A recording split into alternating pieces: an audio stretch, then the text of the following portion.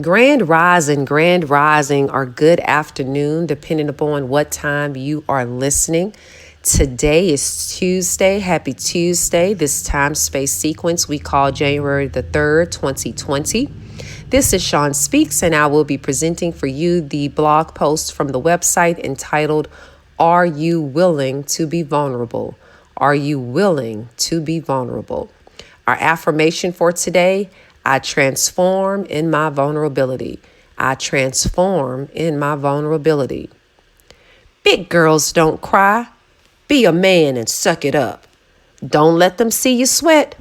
You haven't been given the spirit of fear. It's inevitable.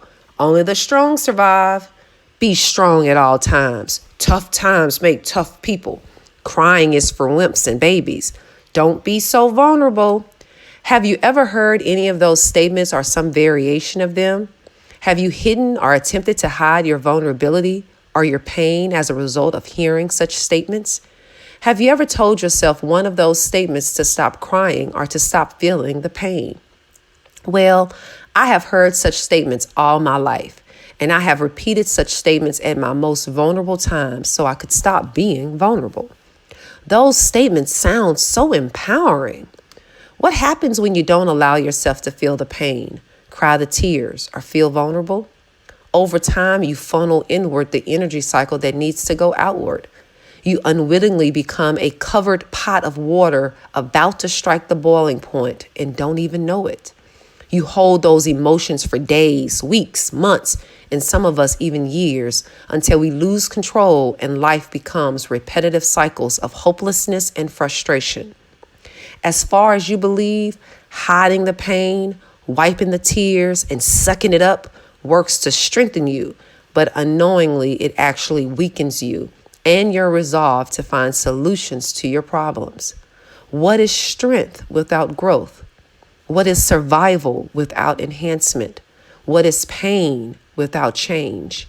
When you suck it up, when you never let them see you sweat, when you fight the wimpy moments, when you refuse to melt in your tears, could it be that you are preventing the very vulnerability needed to evolve you? Could it be you are denying your own reality, which is destructive behavior instead of constructive behavior? You can't change that which you refuse to see. Essentially, by denying your reality, you stop your own progress and you remain in a self-deceiving cycle that doesn't change you into who you want to be, but restrains you to who you don't want to be. What if by holding in your vulnerability, you are creating a loop cycle backwards instead of the momentum forward to your next stage of living and loving? Vulnerability doesn't deceive, it reveals. Vulnerability releases the veil of self-deception.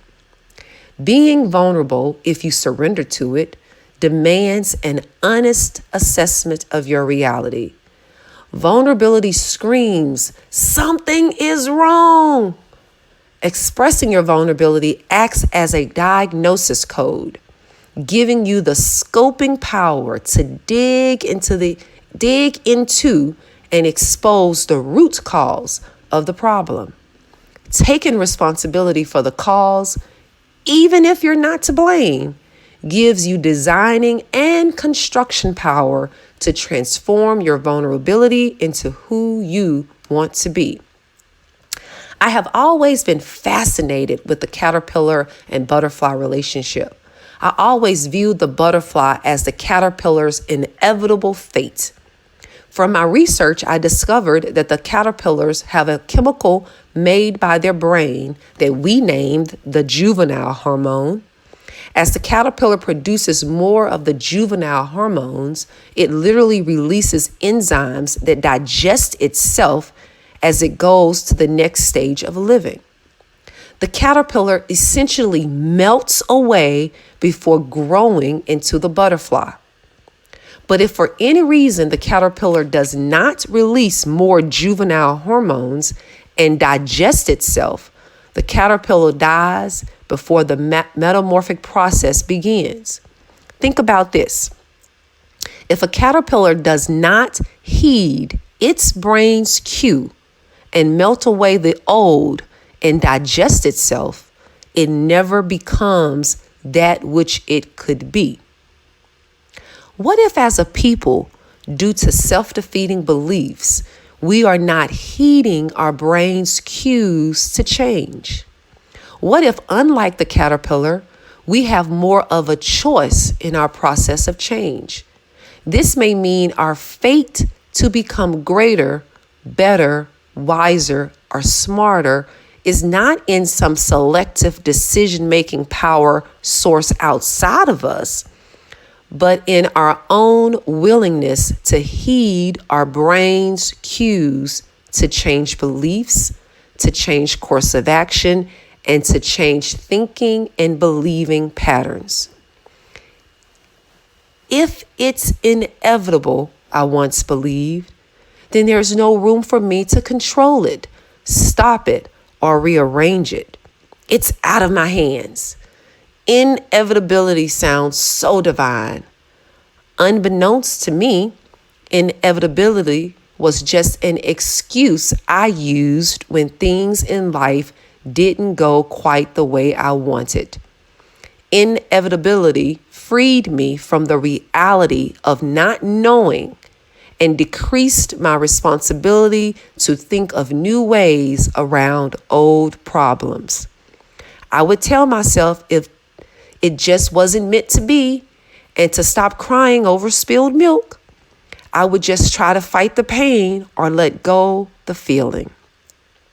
What if, as humans, by not feeling the pain, melting in the tears, and embracing those childlike desires, we are missing opportunities to advance our lives?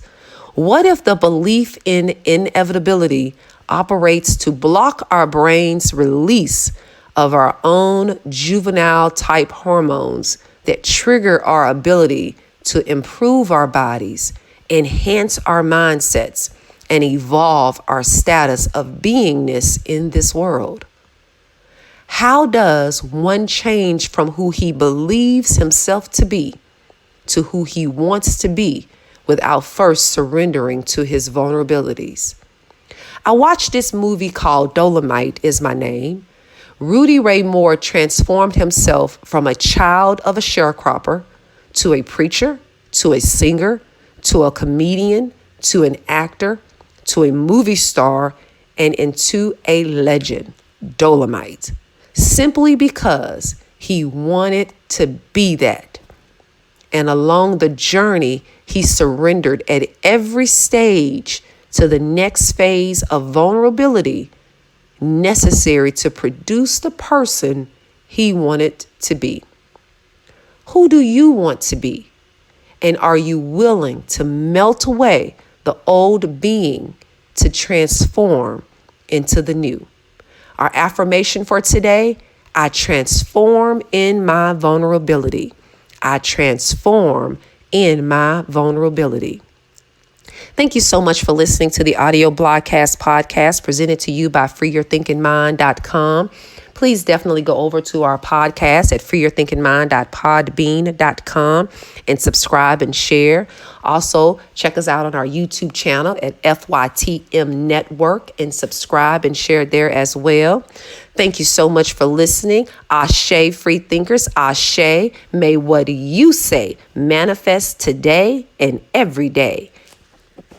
Happy Tuesday.